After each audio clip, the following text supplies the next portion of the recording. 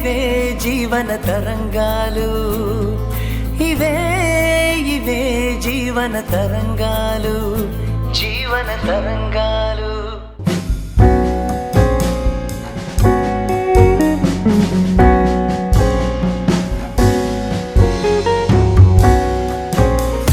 ప్రియమైన ఈటీవీ ప్రేక్షకులకు నమస్కారం. మన జీవన తరంగాలు సీరియల్ని ఆదరిస్తున్న ప్రేక్షకులకు మాతో కలిసి నటించే అద్భుత అవకాశాన్ని ఈటీవీ కల్పిస్తుంది. మీరు చేయవలసిందల్లా మన జీవన తరంగాలు సీరియల్ టెలికాస్ట్ అవుతున్నప్పుడు టీవీ ముందు సెల్ఫీ లేదా ఫోటో తీసుకుని మీ పేరు, ఊరు పేరు రాసి స్క్రీన్ మీద డిస్ప్లే అవుతున్న నెంబర్కి వాట్సాప్ చేయటం. సెలెక్ట్ అయిన ప్రేక్షకులకు ఈ అవకాశం వర్తిస్తుంది. ఏంటిది? ఈ చున్నీ ఎవరిది? ఎవరిదో అయితే నీ ముందు షో ఎందుకు వేస్తాను? నీ చెల్లిదే.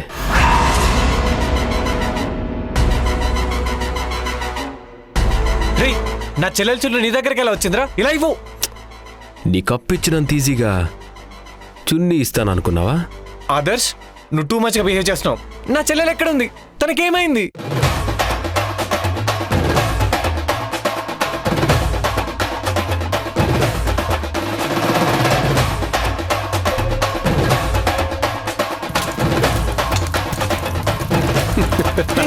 రే ఆదర్శ్, రే ఆదర్శ్, అయ్యో.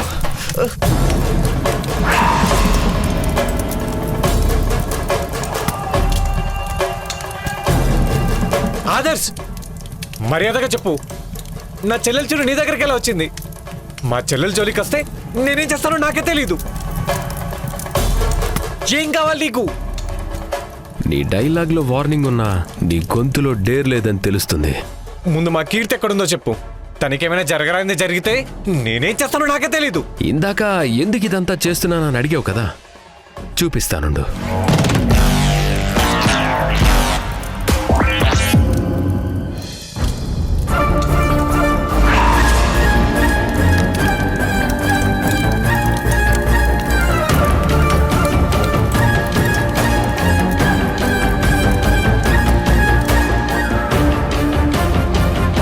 మై గాడ్, కీర్తి వీణ్ణి కొట్టిందా?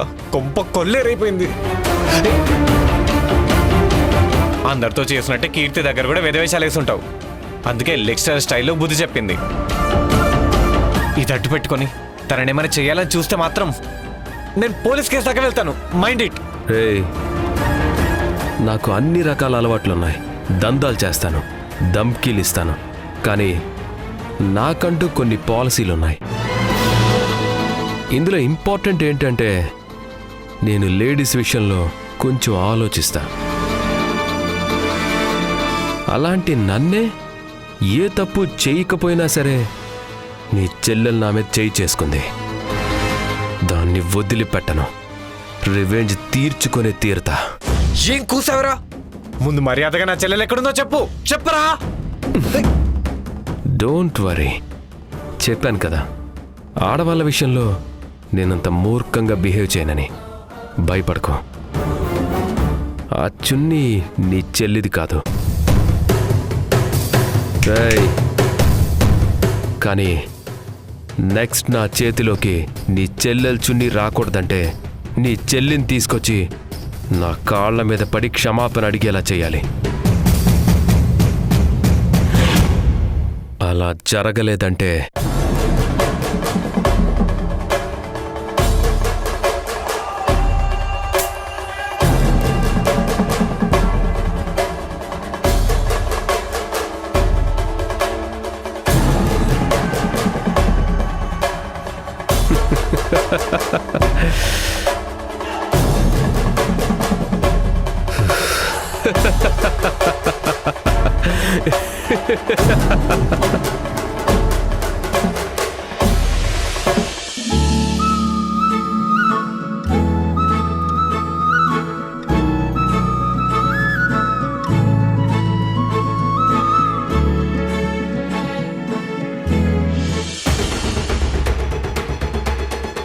కీర్తి, కీర్తి, ఎక్కడిది?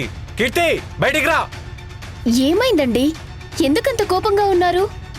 నీ ఆడపడుచు రాని, అప్పుడు నీకే తెలుస్తుంది. ఎక్కడున్నది? రమ్మను. కీర్తి, కీర్తి. కీర్తి గుడికెళ్ళిందండి. మావయ్య బయటికెళ్లారు. అత్తయ్య బామ్మగారు మీ పిన్ని వాళ్ళు హోమం చేస్తారంటే వెళ్లారు. అసలేం జరిగిందో చెప్పండి. కీర్తి మీద ఎందుకంత కోపంగా ఉన్నారు? నాకొచ్చే కోపానికి 4 పీకాలనుంది. టైంకి ఇక్కడ లేకుండా బతికిపోయింది. ఉండుంటేనా? అసలు ఏం జరిగిందో చెప్పకుండా ఫైర్ అవుతున్నారేంటి? ఏం జరిగిందా? చూడు చూడు.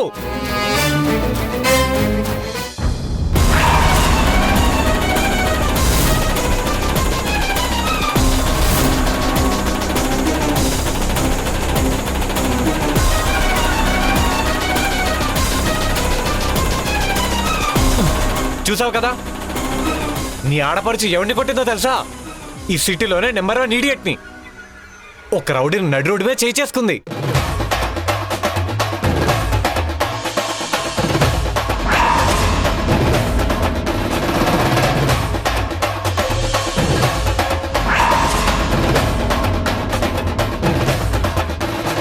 ఆ కీర్తి మీద కోపంతో నన్ను కార్తో యాక్సిడెంట్ చేసి పగ తీర్చుకోవాలని చూశాడు. ఎందుకురా ఇలా చేసావంటే, నా తప్పు లేకపోయినా మీ చెల్లె నా చెంప మీద కొట్టింది, దానికి రివెంజ్గా తను తప్పొప్పుకొని వాడి కాళ్ళ మీద పడి కీర్తి క్షమాపణ చెప్పాలట, లేకపోతే వదిలిపెట్టానని బెదిరించాడు.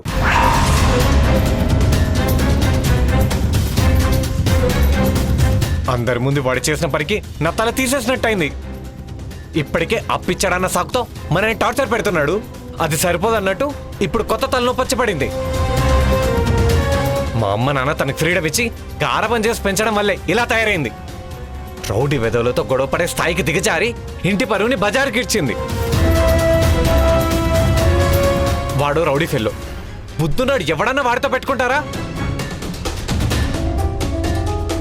నాకే వార్నింగ్ ఇచ్చిన వాడు కీర్తి ఒంటరిగా దొరికితే ఎలాంటి ప్రమాదం తలపెట్టకుండా ఎలా వదిలిపెడతాడు చెప్పు? మా అమ్మ వాళ్ళ తీరు చూస్తుంటే కూతురు నెలకు జీతం తెచ్చిస్తే చాలు, తను ఏం చేసినా మాకు ఓకే అన్నట్టుంది. కీర్తి రాని, నేను గట్టిగా బుద్ధి చెప్తా. Stop it Mahesh. కీర్తి గురించి అనేటప్పుడు 1కి 2 సార్లు బాగా ఆలోచించుకొని మాట్లాడండి. కీర్తి ఎలాంటి పరిస్థితుల్లో వాడి మీద చేయి చేసుకుని ఉంటుందో నేను అర్థం చేసుకోగలను. అప్పిచ్చిన వాడు చెప్పాడు కాబట్టి మీ చెల్లి గురించి ఏం చెప్పినా కరెక్ట్ అని బ్లైండ్ గా నమ్మడం మానుకోండి. నువ్వు కూడా కీర్తిని సపోర్ట్ చేస్తున్నావేంటి? తనెంత ఆవేశపరురాలో, ఎంత పొగురుగా ఉంటుందో మర్చిపోయావా? అలాంటి కీర్తి తప్పు చేయలేదంటే నువ్వెలా నమ్ముతున్నావు? నేను ఒక ఆడపిల్లనే కాబట్టి కీర్తి ప్లేస్ లో ఉండి ఆలోచిస్తున్నాను. ఈ రోజుల్లో ఆడవాళ్లు కనబడితే చాలు, ఏజ్తో సంబంధం లేకుండా ఆడవాళ్ళని కామెంట్ చేయడం, అసభ్యకరంగా మాట్లాడడం, చెయ్యి పట్టి లాగడం, కిడ్నాపులు చేసి రేపులు కూడా చేస్తున్నారు. అలాంటి ఈడియట్స్ కి కీర్తిలాగా 4 పీకే వాళ్లే కరెక్ట్. ఆ ప్లేస్ లో నేనుంటే చెప్పు తీసుకుని కొట్టేదాన్ని. కీర్తి మీ చెల్లెలు, అది మర్చిపోకండి. కాపాడాల్సిన మీరే ఇలా అగెనిస్ట్ గా మాట్లాడితే ఎలా? క్షమాపణ అడగమని చెప్పిన ఆదర్శ్ని అక్కడే మీరు కూడా చిత్తకొట్టి ఇంకోసారి కీర్తి గురించి మాట్లాడితే రియాక్షన్ వేరేలా ఉంటుందని వార్నింగ్ ఇచ్చుండాల్సింది. వాడు ప్రూఫ్ చూపిస్తుంటే నమ్మకుండా ఎలా ఉంటాను? వాడు 100 చూపించినా సరే నమ్మలేం, కానీ మనింట్లో మనిషిని నమ్మాలి. కీర్తి ఏం చేసినా ఆలోచించే చేస్తుందనే విశ్వాసం ఉండాలి. ఓ, తప్పు చేసిన శభాషను ఎంకరేజ్ చేయాలే తప్ప బుద్ధి చెప్పకూడదు అంటావు, అంతేనా? మీతో బుద్ధి చెప్పించుకునే ఏజ్ లో కానీ రేంజ్ లో కానీ కీర్తి లేదు. అయినా ఇలాంటి విషయాలు కడుపులో దాచుకోవాలి గాని బయట పెడితే ఈ ఇంటి పరువు పోతుంది. ఈ ఇంటి కొడుకుగా పరువు కాపాడాల్సిన మీరే ఇలా కీర్తితో క్షమాపణలు చెప్పించాలని చూసి ఇంటి ఆడపడుచు పరువు తీయాలని చూడకండి. కీర్తికొచ్చిన పెళ్లి సంబంధం కూడా పోయింది. ఇప్పుడు తను అల్లరి పాలయ్యేలా చేస్తే నలుగురిలో తను తలెత్తుకొని ఎలా తిరుగుతుందనుకుంటున్నారు? రౌడీతో గొడవ పెట్టుకుందని అందరికీ తెలిస్తే తనకి పెళ్లి కూడా జరగదు. ఇంత జరిగాక తన లైఫ్ ఏమవుతుందని ఒక్క క్షణమైనా ఆలోచించారా? ఇప్పుడు ఆ రాస్కల్ మాట వినకపోతే ఊరుకుంటాడనుకున్నావా? ఆల్రెడీ మీరు వాడితో అప్పు చేసి ఇంటికొచ్చేలా చేశారని మిమ్మల్ని అంటున్నారు. అది చాలదన్నట్టు ఇప్పుడు కీర్తిని తీసుకెళ్లి సారీ చెప్పిస్తే అందరిలోనూ మీరే విలనైపోతారు. ఆదర్శ్ లాంటి రౌడీ మిమ్మల్ని ఏం చేయకుండా వదిలేశాడని హ్యాపీగా ఫీల్ అవ్వండి. ఇక ముందు కూడా వాడితో ఎలాంటి గొడవలు పెట్టుకోకండి. ఇప్పుడు మీకు ఏదైనా అయితే కడుపుతో ఉన్న నేను ఏడుస్తూ కూర్చోవాలి. కీర్తితో మాట్లాడి అసలు జరిగిందేంటో నేను కనుక్కుంటాను. మీరు సైలెంట్ గా ఉండండి. మీకు నచ్చినట్టు చేసుకోండి.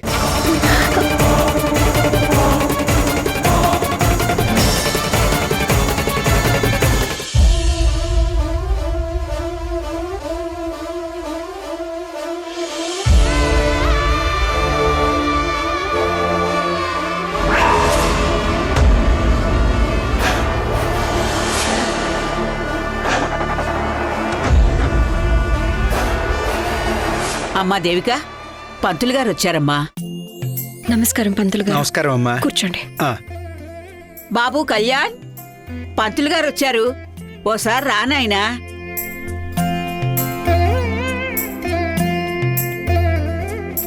మీ అమ్మగారు జరిగిందంతా చెప్పారమ్మా. జరిగిన వాటిని తలుచుకుని ఆందోళన పడకండి. తప్పకుండా పరిష్కారం కనుక్కుని దానికి పరిహారం జరిగేలా చేద్దాం. ఆందోళన పడకుండా ఎలా ఉండమంటారండి? నేను ఏ పూజ చెయ్యాలన్నా, హోమం చెయ్యాలని చూసినా అన్ని అవాంతరాలే ఎదురొస్తున్నాయి. నాకే ఎందుకు ఇలా జరుగుతుందో అర్థం కావడం లేదు నాకు. ప్లీజ్ పంతులు గారు, వీలైనంత తొందరగా ఏమైనా చేసి మా దేవికలో ఉండే భయాలు పోగొట్టేలా చేయండి. అసలే తన హెల్త్ బాగాలేదు. ఇప్పుడు జరుగుతున్న వాటిని చూసి మరింతగా తన హెల్త్ అప్సెట్ అవుతుందేమో అన్న భయం స్టార్ట్ అయింది. జరిగే ప్రతి క్రియ వెనుక ఒక కారణం ఉంటుంది. ఆ కారణం ఏంటో కనుక్కుంటే ఎలాంటి పరిష్కారం చెయ్యాలో ఆలోచించవచ్చు. భర్త చేత అక్షంతలు వేయించుకునే భాగ్యం లేనిదాన్నయ్యాను పంతులు గారు. ఇంతకన్నా దౌర్భాగ్యం ఉంటుందా? మనం బాగుండాలని కోరుకోవడంలో తప్పులేదమ్మా. కానీ వాళ్ళ గ్రహచారం బాగులేనప్పుడు ఇలాంటి అడ్డంకులే వస్తూ ఉంటాయి. మనకుండే ఆత్మవిశ్వాసాన్ని దెబ్బతీసే ప్రయత్నం చేస్తూ ఉంటాయి.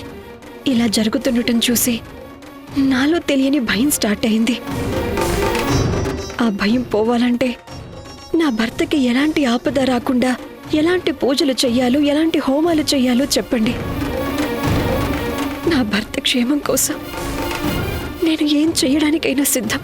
మీకు జరిగిన అపశకునాలన్నీ పరిశీలించిన తర్వాత మీ జాతకాల్లో ఏవో దోషాలున్నట్టుగా కనిపిస్తోంది.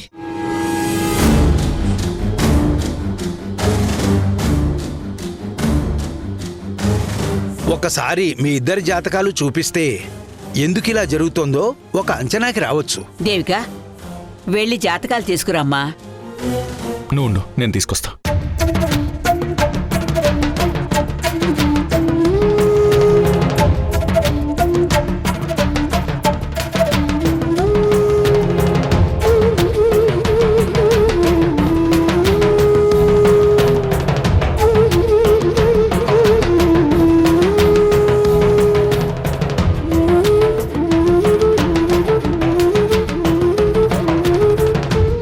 ఇద్దరి జాతకాల్ని విడివిడిగా చూస్తే ఎలాంటి దోషాలు లేవమ్మా. కానీ కలిసినప్పుడే అసలు సమస్య వస్తోంది. ఎందుకంటే మీ పెళ్లి జరిగిన ముహూర్తం మంచిది కాదు. అందువల్లే ఈ అడ్డంకులన్నీ వస్తున్నాయి.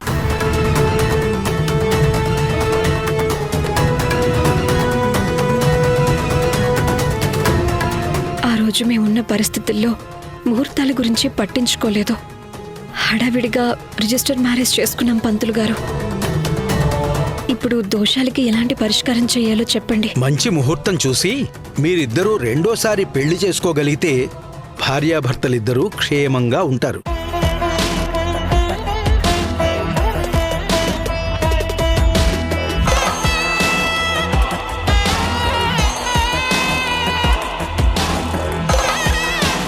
మళ్ళీ పెళ్ళేంటి?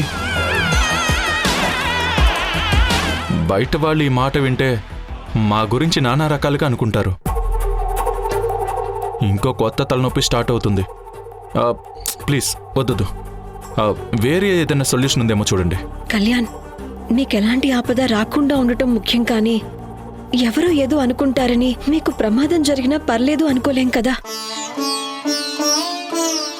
ఆలోచించకు కళ్యాణ్. మీరు బావుండాలనేదే కదా దేవిక తాపత్రయం. ఈ పెళ్లి వద్దనకండి. వదిన గారు, దేవికకి సొసైటీలో ఉన్న స్థాయి ఎలాంటిదో మనందరికీ తెలిసిందే. యూత్ అందరికీ దేవికనే ఒక రోల్ మోడల్లా తీసుకుంటున్నారు. తనకి ఎంతో రెస్పెక్ట్ ఇస్తారు. తనొక సిన్సియర్ ఆఫీసర్ అని గొప్ప పేరుంది.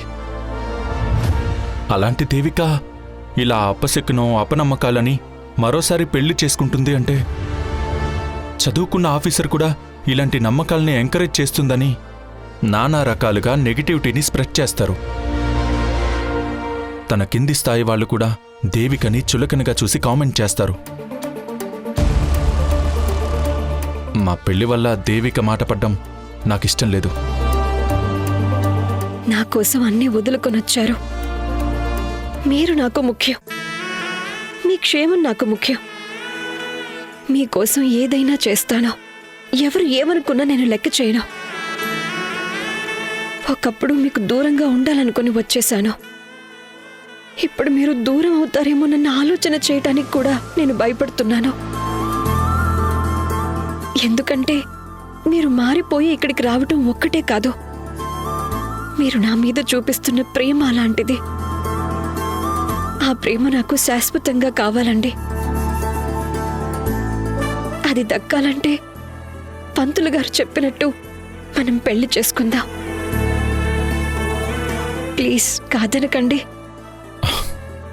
దేవిక, అది ఒప్పుకోండి కళ్యాణ్.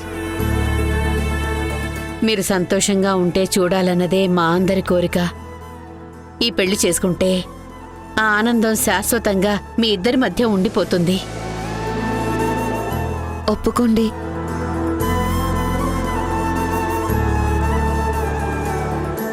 ఒప్పుకోండి అల్లుడు గారు.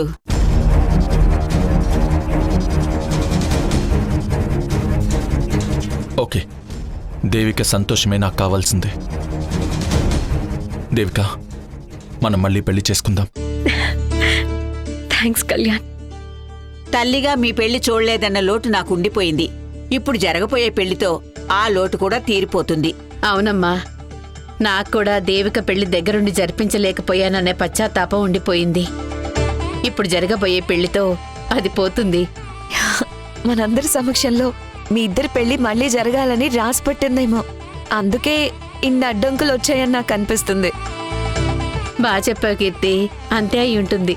ఈసారి శాస్త్రోక్తంగా అన్ని ఆచార సాంప్రదాయాలు పాటించి పెళ్లి చేద్దాం. అప్పుడు ఎలాంటి అపశకునాలు రావు.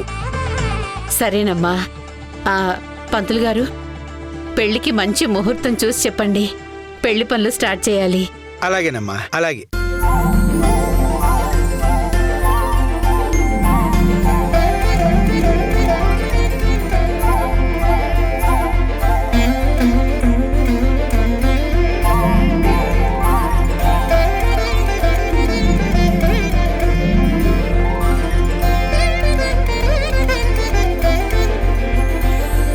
మూడు రోజుల్లో దివ్యమైన ముహూర్తం ఉందమ్మా.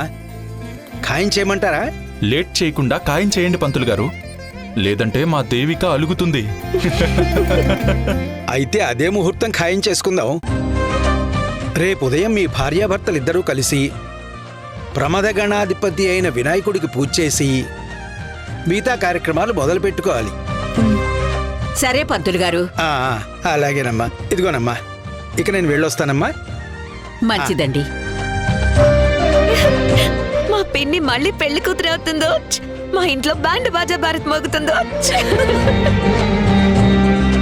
అమ్మా, పెళ్లి చాలా సింపుల్ గా ఎలాంటి ఆర్భాటాలకి వెళ్లకుండా మనకి ఉన్నంతలోనే అన్ని పద్ధతుల్ని ఫాలో అవుతూ చేద్దాం. అలాగేనమ్మా. పెళ్లికి అందర్నీ కాకుండా మన దగ్గర బంధువుల్ని మాత్రమే పిలుస్తాను. వాళ్ళు కూడా లేకుండా పెళ్లి జరిగితే మొహం మార్చుకుంటారు. సరే అమ్మా. కీర్తి, పెళ్లి ఏర్పాట్లు ఎలా చేయాలో నువ్వు, అత్తయ్య, నేను ముగ్గురం కలిసి ప్లాన్ చేద్దాం. ఏమంటారు? ఓకేనా అత్తయ్య? రండి రండి.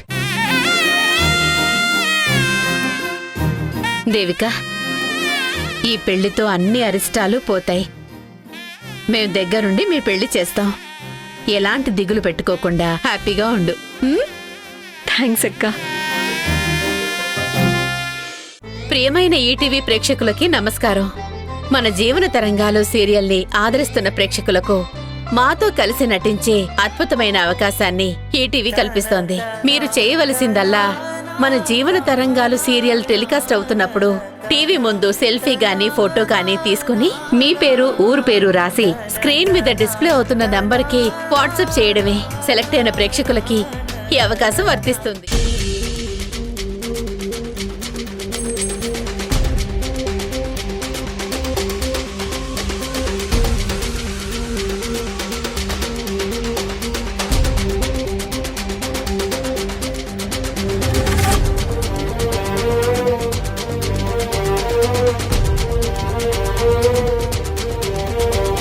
కమ్మ ఎక్కడ పడిపోయింది?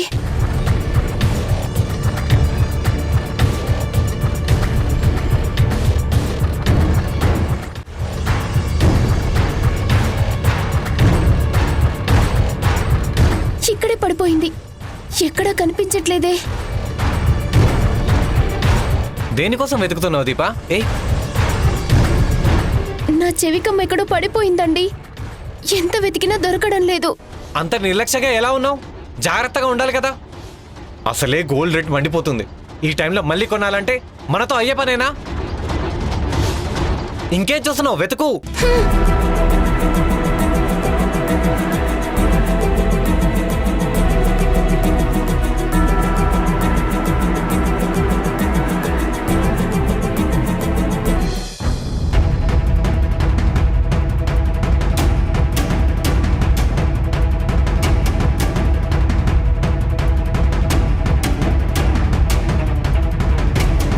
కమ్మ ఎవరితో పడిపోయిందేంటి? ఇంత నిర్లక్ష్యంగా పడేసుకున్నారేంటి? ఎవరిదై ఉంటుంది?